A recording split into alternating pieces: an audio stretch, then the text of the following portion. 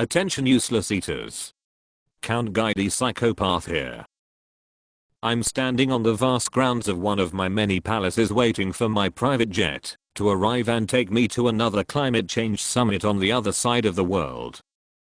It will be good to meet up with other billionaire environmentalists in order to come up with more draconian taxes and other social controls to impose on you lot.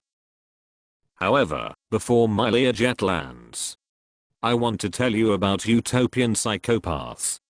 Which is what I am. One psychopathic mainstay that has been with us since the time of Plato's The Republic is the super wealthy psychopath who uses their money and family profile to repair or improve the rest of the human race, who do not live up to our notions of what a proper functioning society is. Oh, how we the utopian psychopaths on our mission to save the world love nothing better than megalomaniac concepts and soulless inhuman unnatural environments for use come to be herded into and controlled. There you will be numbered, microchipped, and all your movements and coming and goings monitored and watched. You will be expected to relish being totally at the mercy of the machine community, while video cameras inside your home show the rest of the world what model citizens you have become. You will be kept up to date with the latest medications which will be injected into you during your chemically induced sleep, so you do not have to bother with developing an old-fashioned natural immune system. All your earthly imperfections and troublesome individuality will be medicated and routined out of you. Then, upon fulfilling the great work, we the utopian psychopaths will lose interest in our perfect society, move on to something else, and you useless eaters will be left to rot as the infrastructure collapses into neglect and ruin. If you get a little edgy, there is always the trusty Kool-Aid option. We aristocratic utopian psychopaths love to pen the humans in and make them slaves for our utopian grand megalomaniacal visions. If millions are displaced, impoverished or murdered to make this happen, then so be it. If people's psychological well-being, emotional richness, cultural awareness and individuality can be just turned off by a centrally controlled computer via an implanted microchip, then better still. No messing about with mass graves and low-level psychopaths manning the machine gun towers. Billionaire utopian psychopaths like me really do see ourselves as genetically superior gods upon this planet with every right to make all the decisions that you the useless eaters must live and die by. As our wealth-funded eugenics, Pol Pot and the Bolshevik Revolution in the past.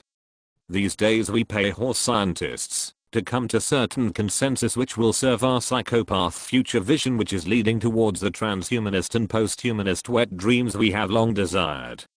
As a result, we have encouraged this same psychosis among many college professors who have signed up to similar notions of trimmed down humanity. Many of their conferences and talking shops are highly funded, slick events which attract some of the biggest names in politics, media, and science who enthusiastically pontificate about population reduction and implanting humans with computer chips. Which naturally is not applicable to me and my aristocratic overlords, of course. Nothing turns me on more than an educated psychopath with a PhD spewing platitude-filled word salad which makes no sense when you really listen carefully. He has a PhD, and therefore he cannot be argued with matters not. If he is a crazy megalomaniac, his opinion is akin to law. The notorious Unabomber Ted Kaczynski was accepted into Harvard University at the age of 16, where he earned an undergraduate degree and then became an assistant professor at the University of California, Berkeley at age 25. Then he started making bombs and killing innocent people in order to save the planet. Now where this gets very interesting is, if you read his manifestos, they are almost identical to the current depopulation fetish among intellectuals and college professors, which is all the rage these days. However, to be fair to Ted Kaczynski, he actually started his population reduction plan in a hands-on manner, whereas the pontificating psychopathic academics prefer mass sterilization and forced abortions rather than pipe bombs.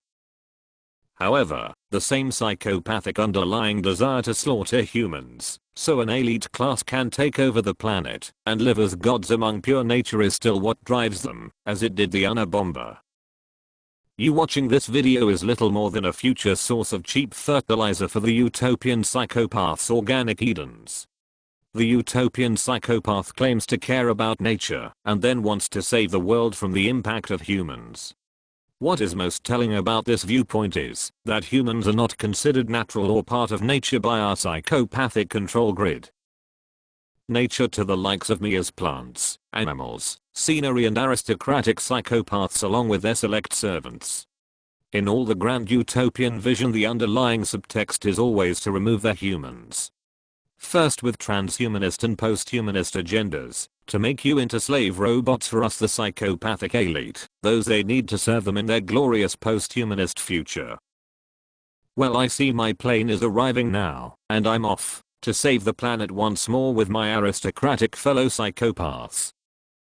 We are very excited by this Venus project thing as it is what we have wanted ourselves, and thanks to a few new age types we are one step closer to the techno-gigs we are developing for you lot. Tally ho.